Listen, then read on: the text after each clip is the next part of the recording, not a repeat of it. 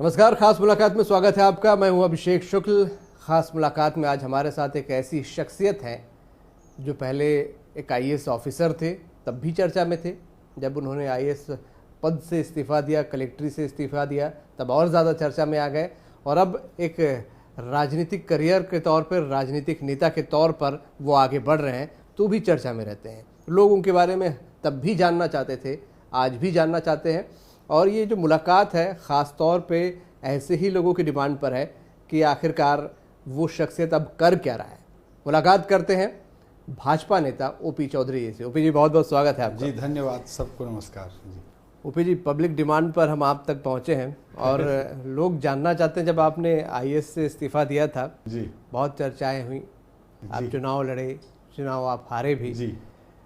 उसके बाद 2.5 साल का वक्त लगभग गुजर गया है। जी, बहुत से लोग जानना चाहते हैं, एक बड़ा वर्ग है, जी। ओपी चौधरी आजकल कर क्या रहे हैं?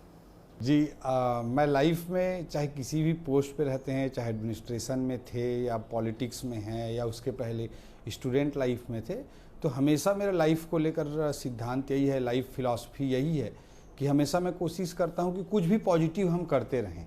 यही मेरा हर दिन का एक मोटिव रहता है, मेरा उद्देश्य रहता है, गोल रहता है कि कुछ ना कुछ पॉजिटिव करें।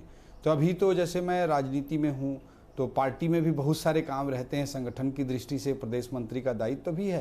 तो पार्टी के दृष्टि से मैं संगठन के जितने भी काम, जितने भी दायित्व दिए जाते हैं उस पर पूरा समय देता हूँ, पहला चीज़। उसके अलावा कई सकारात्मक चीज़ें मैं करने की कोशिश करते रहता हूँ। जैसे इसमें मेरा प्रिय काम है, सबसे फेवरेट काम है कि जो भी आने वाली पीढ़ी है, यूथ है, जो कॉलेज के इनिशियल ईयर्स में है या 12th पास कर रहे हैं, 10th पास कर रहे हैं, ऐसे बच्चों को उनके आने वाले 5 साल, 7, 8 साल के लिए एक करियर का, फ्यूचर के लिए एक प्लान करने में उनकी मदद करना, एक पॉजिटिविटी देना उनको। इस तरह के जो भी गोष्ठी होते हैं, बड़े बड़े सेमिनार होते हैं, उनको तो मैं करता ही हूँ। और 1 to 1 जो भी बच्चे कांटेक्ट करने की कोशिश करते हैं, तो उसको मैं टॉप प्रायोरिटी पे समय देता हूँ, क्योंकि मुझे लगता है कि ये एक ऐसा एज ग्रुप होता है, ऐसा समय होता है जिसमें अगर कोई बच्चे को सही गाइडेंस मिल जाए पॉजिटिव तरीके से, तो लाइफ में बड़ी छलांग मार सकता है। तो उसमें मैं काफ़ी समय देता हूँ।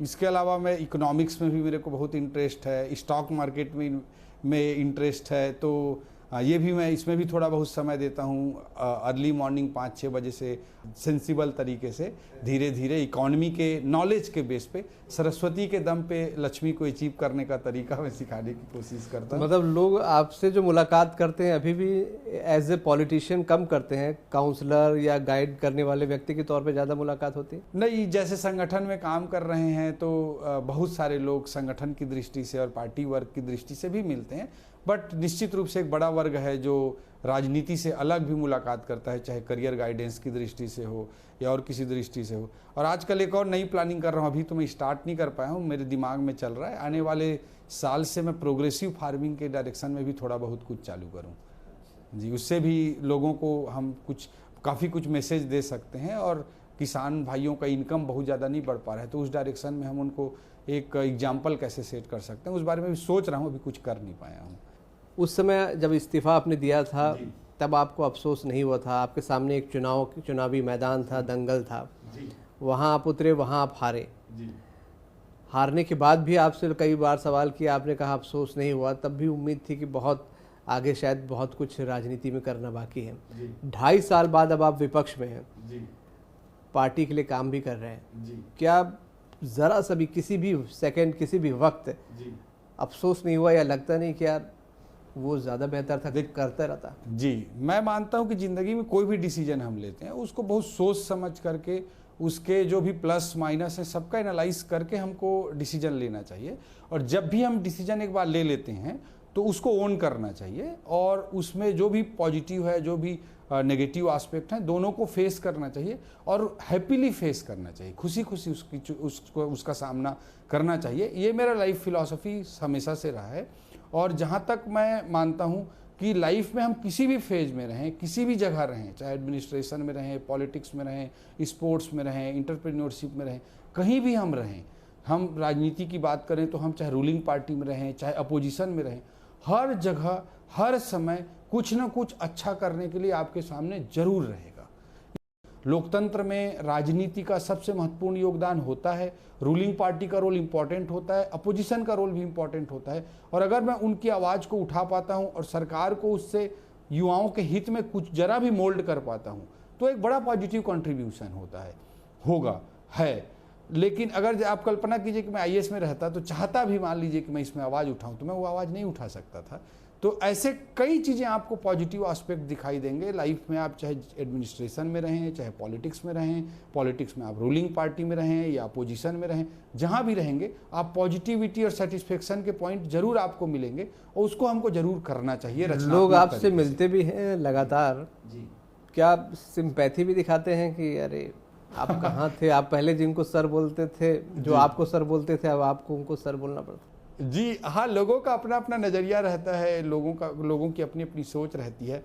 और अभी भारत एक डेवलपिंग इकोनॉमी है, तो बहुत सारे लोग गरीबी की ज़िंदगी जीते हैं, बहुत सारे लोग लोअर मिडिल क्लास में रहते हैं, मिडिल क्लास में रहते हैं, और बहुत सारे लोगों को लगता है कि मैं एस्पिरेशन को पूरा करने के लिए बहुत चुनौतियां हैं लगती हैं। ऐसी स्थिति में आईएएस को कोई छोड़ दिया है करके उनको निश्चित रूप से सिंपैथी टाइप की भी भावना निश्चित रूप से बहुत सारे लोग व्यक्त करते हैं। बट मैं कहना चाहता हूं कि लाइफ को हमको बड़े नज़रिए के साथ देखना चाहिए, बड़े नज़रिए के साथ जीना चाहिए। और जब भी हम कुछ बड़ा करना चाहते हैं तो हमको कुछ ना कुछ रिस्क लेना ही पड़ता है। आईएएस को सबसे बड़ा हम मानते हैं, आप उससे भी कुछ बड़ा करना चाहते हैं, क्या आपके दिमाग में है? देखिए, कोई चीज़ मैं मानता हूँ बड़ा या छोटा नहीं होता है। बड़ा होता है जिसमें हम ज़्यादातर लोगों को ज़्यादा पॉजिटिव चीज़ों की ओर मोल्ड कर सकें। देखिए, जहाँ तक राजनीति का प्रश्न है, हम उसको लाइक करें या डिसलाइक करें, उसको लव करें या हेट करें, बट इंडियन डेमोक्रेसी में पॉलिटिक्स का सबसे बड़ा इंपॉर्टेंट रोल है। इस बात से कभी हम इनकार नहीं कर सकते।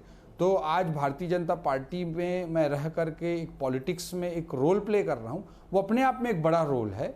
वो डायरेक्टली कई चीज़ें नहीं दिखती, but indirectly it's very important for democracy.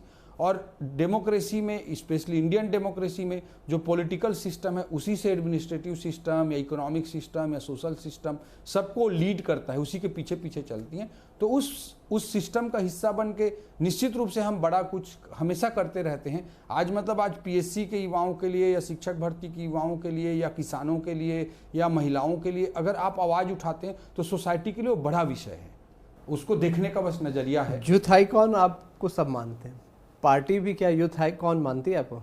नहीं, देखिए, पार्टी में हर व्यक्ति का अपना अपना रोल है, हर एक व्यक्ति कार्यकर्ता है और पार्टी निश्चित लोगों को बड़ी उम्मीदें हैं कि ओपी चौधरी जी को कोई बड़ी जिम्मेदारी मिले। जी, पार्टी अभी भी इम्पोर्टेंट जिम्मेदारी दी हुई है, प्रदेश मंत्री का दायित्व दिया गया है, युवा मोर्चा के सह प्रभारी बनाया गया है, तो निश्चित रूप से पार्टी में शुरुआत करने के लिए बड़ी जिम्मेदारी है। आप, क्योंकि कोई भी आंदोलन हो, मैंने देखा है प्रेस कॉन्फ्रेंस हो या कुछ भी हो, centre of attraction OP Chaudhary होते हैं। क्या पार्टी के कुछ छोटे बड़े नेता आपसे खतरा भी महसूस करते हैं, ऐसा कुछ ऐसा लगता है? नहीं, मैं सब चीज़ों पे ध्यान नहीं देता, ना इन सब चीज़ों पे बिलीव करता हूँ। मैं मानता हूँ कि भाई पॉलिटिक्स में आए हैं, डेमोक्रेसी में पॉलिटिक्स का इम्पॉर्टेंट रोल है, वहाँ पार्टी और संगठन जो जिम्मेदारी तय करती है उसको मैं 100% करने का अपना हमेशा प्रयास करता हूँ और आगे भी ऐसा ही करता रहूँगा। I don't believe in these things.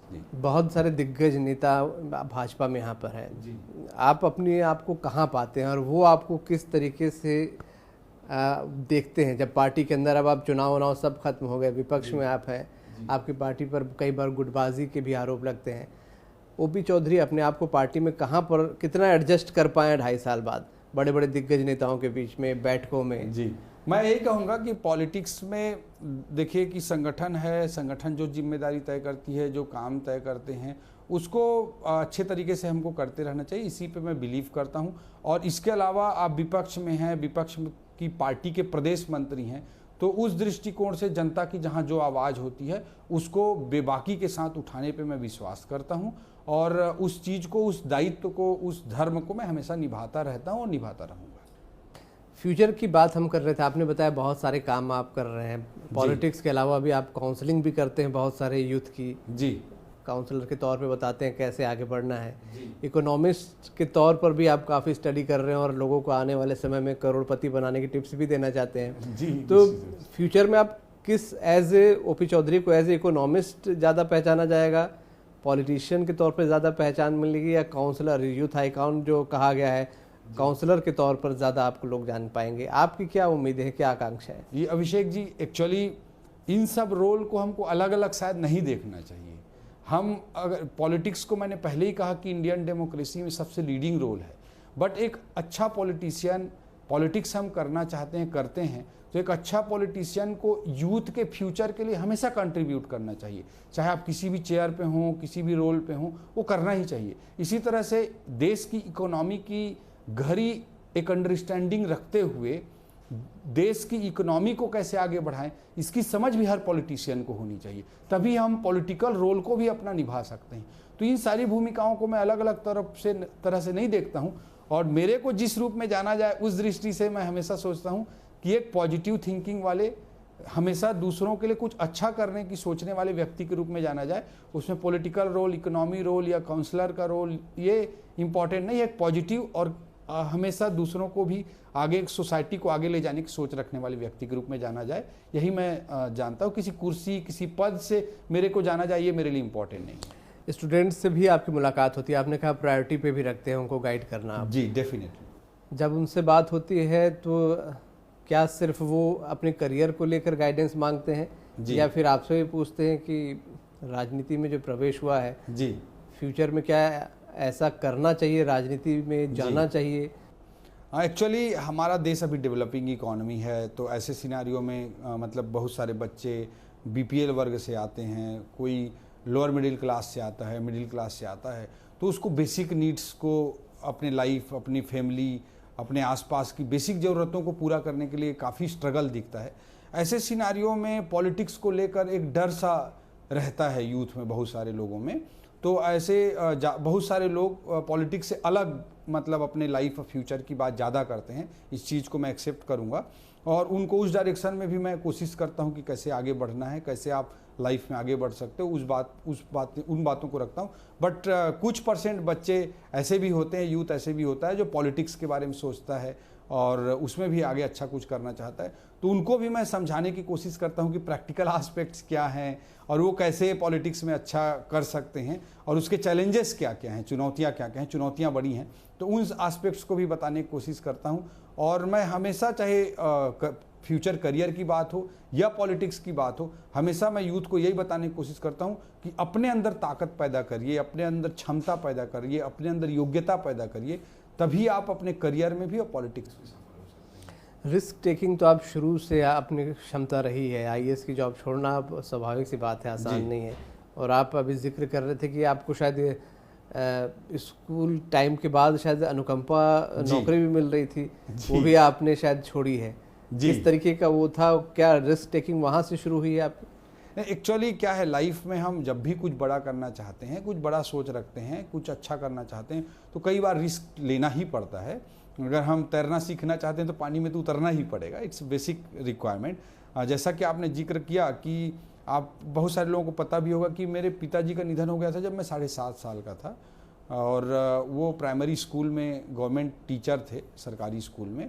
और जब मेरी माँ 4th क्लास तक, 4वीं क्लास तक ही पढ़ी हुई हैं, और जब उन्होंने मेरा लालन पालन करके बढ़ाया, गांव की स्कूलों में पढ़ाई करता रहा, मेहनत करता रहा, और उस डायरेक्शन से जब मैं आगे बढ़ता रहा और 12th क्लास जब पास किया, तो चूँकि पिताजी, बाबूजी सरकारी नौकरी में थे, तो उनके जगह में अनुकंपा नौकरी ग्रेड 3 की या टीचर की मिल सकती थी मेरे को।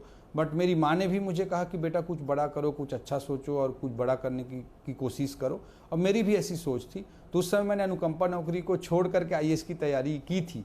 निश्चित रूप से उस समय की दृष्टि से आज मैं, जब मैं आईएएस छोड़ा, उससे बड़ा रिस्क टेकिंग डिसीजन था। और मुझे लगता है कि लाइफ में हमेशा हम लोगों को रिस्क टेकिंग एबिलिटी के साथ आगे बढ़ना चाहिए, तभी हम कुछ अच्छा बड़ा कर सकते हैं। और हर परिस्थिति में हमको सेटिस्फाइड रहना चाहिए, खुश रहना चाहिए, क्योंकि हर परिस्थिति में कुछ ना कुछ अच्छा करने के लिए ज़रूर होता है। एक बड़ा दबाव परिवार का भी रहता है।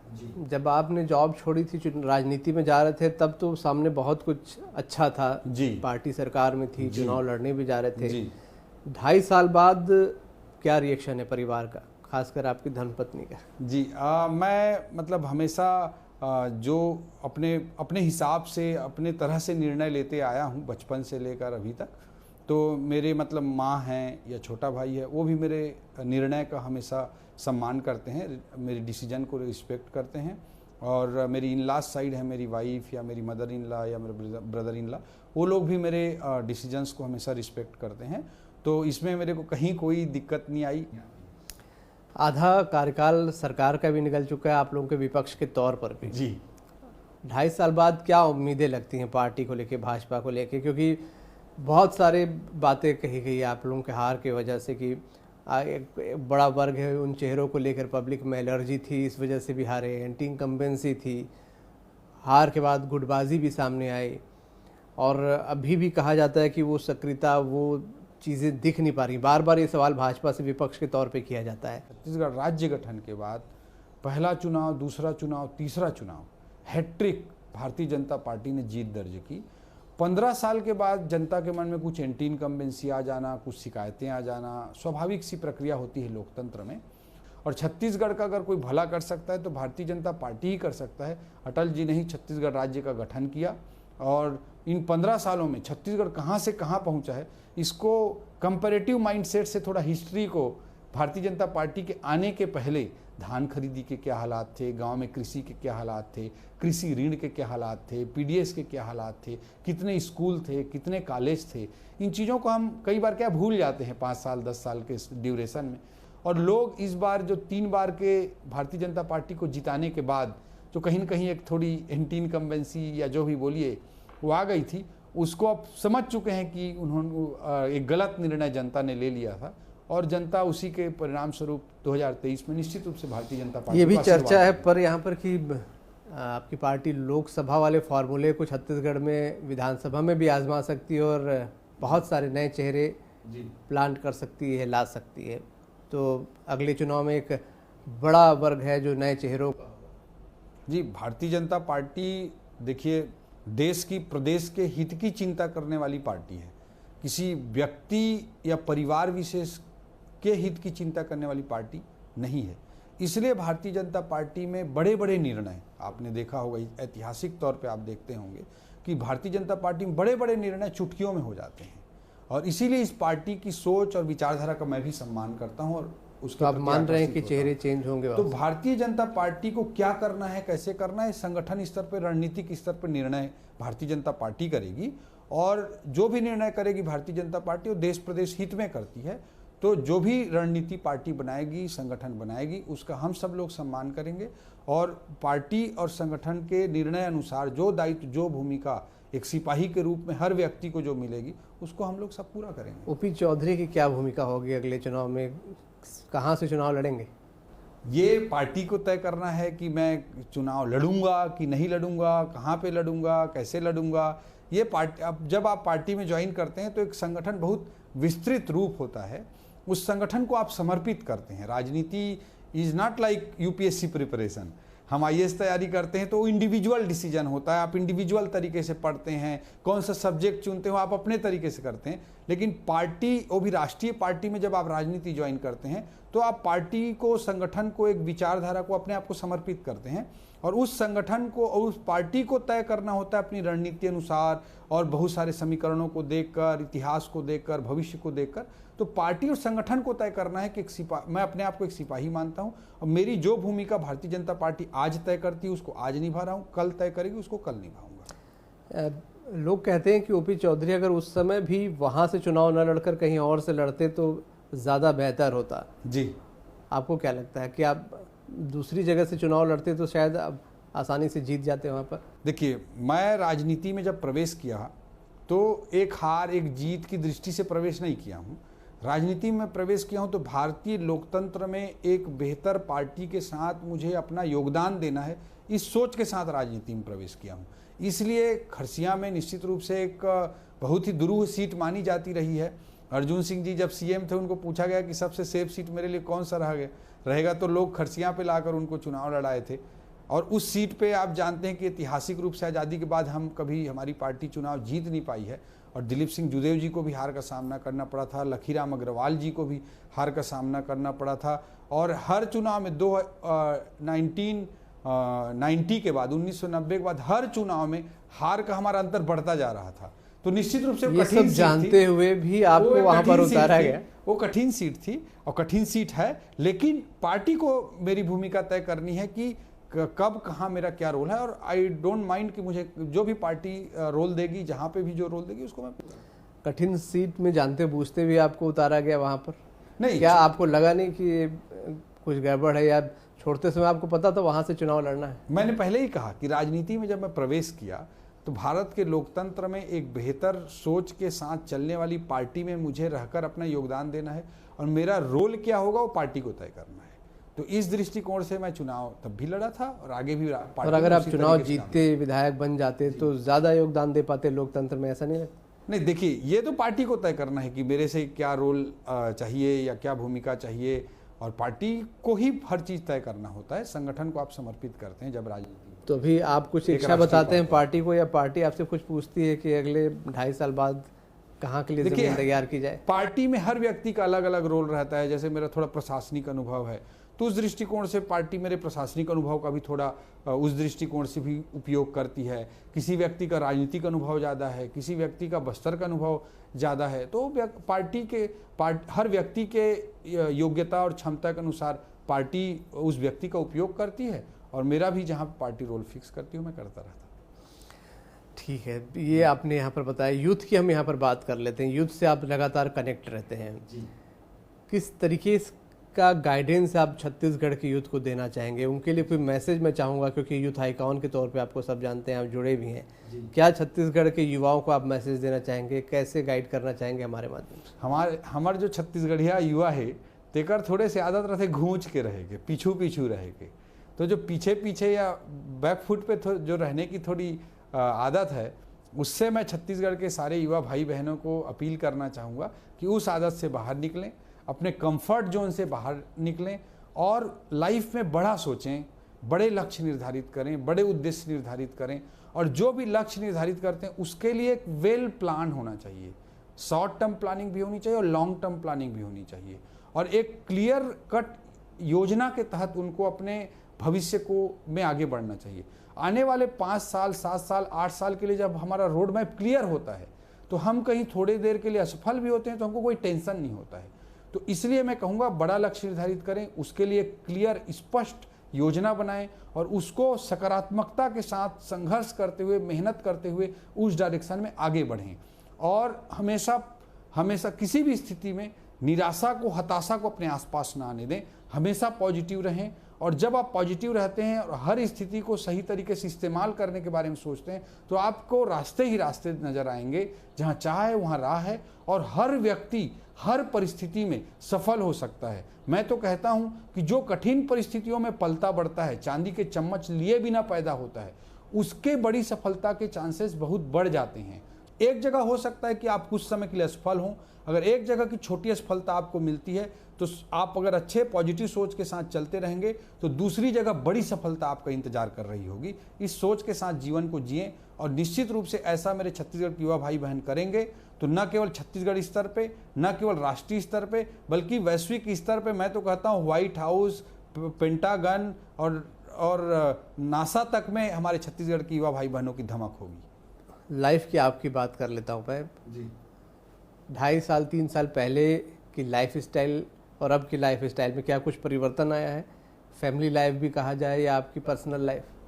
देखिए, थोड़ा बहुत तो इफेक्ट होता है। आप एक शेड्यूल में प्रशासनिक लाइफ में रायपुर कलेक्टर के रूप में रहते हैं तो अलग ही टाइप का शेड्यूल होता है, अलग ही टाइप की फैसिलिटीज़ होती हैं। निश्चित रूप से उन फैसिलिटीज़ में कमी आई है, बट मेरे को पर्सनली अपने भौतिक ज़रूरतों के हिसाब से, सुविधाओं के हिसाब से मुझे कोई बहुत बड़ा अंतर नहीं पड़ता है। और जिसके पास माँ सरस्वती हो उसको कभी लक्ष्मी की चिंता नहीं करनी चाहिए।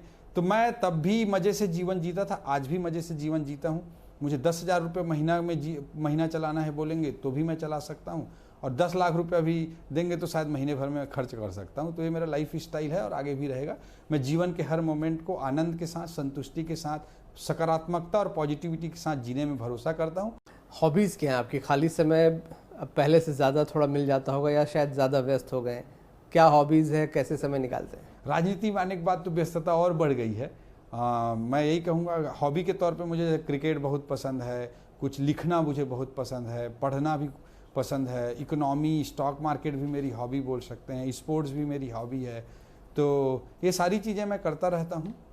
ठीक है ओपी जी, बहुत बहुत शुक्रिया हमारे साथ बातचीत करने के लिए। उम्मीद है ये जो मुलाकात है यूथ के लिए और ऐसे बहुत से लोग जो जानना चाहते हैं कि ओपी चौधरी आज कर क्या रहे हैं जी, क्या सोचते हैं जी, क्या मलाल है उनको या अभी भी सकारात्मक तरीके से आगे बढ़ने के लिए सोच रहे हैं, जी, उनके सवालों का जवाब यहाँ पर मिल गया और आपने भी बड़े खुलकर बहुत अच्छी अच्छी बातें यहाँ पर कही हैं। उम्मीद है दर्शकों को भी पसंद आएगा। शुभकामनाएं आपको भी, आपके करियर के लिए, राजनीतिक करियर के लिए और भी जो तमाम आप बुलंदियों पर पहुँचना चाहते हैं उसके लिए बहुत बहुत शुक्रिया जी, धन्यवाद, शुक्रिया जी। तो हमारे साथ थे ओपी चौधरी, भाजपा नेता, इस वक्त राजनीति में सक्रिय हैं, लेकिन राजनीति के साथ साथ यूथ के साथ भी लगातार जुड़े हैं। खास तौर पे छत्तीसगढ़ के जो यूथ हैं, जो स्टूडेंट्स हैं, उनको गाइड करते रहते हैं। इकोनॉमी में भी अच्छी रुचि रखते हैं और उनका मानना है कि वो कोशिश करेंगे कि अच्छी एडवाइस देकर आने वाले समय में लोगों को पैसे कैसे अच्छे तरीके से कमाया जा सके वो भी टिप्स वो दे पाएँ। बहरहाल उम्मीद है मुलाकात आपको पसंद आई होगी। बहुत सारे जो आप लोगों के सवाल थे उनके जवाब उम्मीद है आपको मिल गए होंगे। तो ख़ास मुलाकात में अगली बार मुलाकात फिर किसी शख्सियत से, तब तक दीजिए इजाज़त।